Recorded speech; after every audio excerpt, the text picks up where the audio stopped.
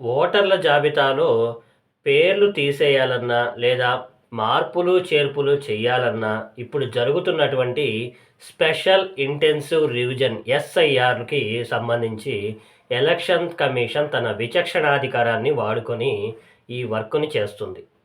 అయితే ఇక్కడ పేర్లు తొలగించడం గానీ, మార్పులు, చేర్పులు చేయడం గానీ ఈ స్పెషల్ ఇంటెన్సివ్ రివిజన్‌లో ఎలక్షన్ కమిషన్ తన విచక్షణాధికారాన్ని వాడటం వల్ల కొన్ని రాజకీయ ప్రేరేపిత పేర్లు కూడా తొలగించాయన్న ఉద్దేశంతో ఇక్కడ సుప్రీంకోర్టులో కొన్ని పిటిషన్లు దాఖలయ్యాయి. అయితే సుప్రీంకోర్టు జడ్జి గారైనటువంటి సూర్యకాంత్ గారు కొన్ని కీలకమైనటువంటి స్టేట్మెంట్లు అయితే పాస్ చేశారు. ఏంటంటే ఇక్కడ ఓటు అనేది ప్రాథమిక హక్కు. పౌరునికి ఉండేటువంటి ప్రాథమిక హక్కు. ప్రజాస్వామ్యంలో అది చాలా కీలకం. అది తీసేయడానికి మీరెవరు?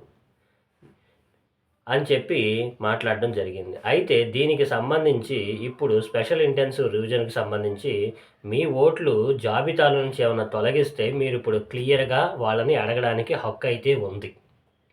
సో, మీ పేర్లు ఎలా పడితే అలా తీసేయడానికైతే ఇక్కడ అవకాశం లేదు. ఎందుకంటే సుప్రీంకోర్టు చాలా క్లియర్‌గా మీరు ఎవరు అని చెప్పి క్వెషన్ మార్క్ స్టేట్మెంట్ ఏసి మరీ అడుగుతుంది ఎలక్షన్ కమిషన్‌ని. సో, మీరు ఓట్లు తీసేయాలన్నా, లేదా పేర్లు మార్పులు చేసేయాలన్నా సరే, అతనికి ఎవరైతే ఆ పర్సన్ ఉన్నారో, ఆ పేరు తీసేయాలన్నటువంటి పర్సన్ ఎవరైతే ఉన్నారో, అతనికి ఒక నోటీసు జారీ చేసి, అతని దగ్గర నుంచి వివరణ కోరిన తర్వాత మాత్రమే పేరు తీయడం గానీ, మార్పులు, చేర్పులు చేయడం గానీ చెయ్యాలి అని చెప్పి, దీనికి ఒక పద్ధతి ప్రకారం మాత్రమే చేయాలని చెప్పి సుప్రీంకోర్టు ఆదేశాలు జారీ చేసింది.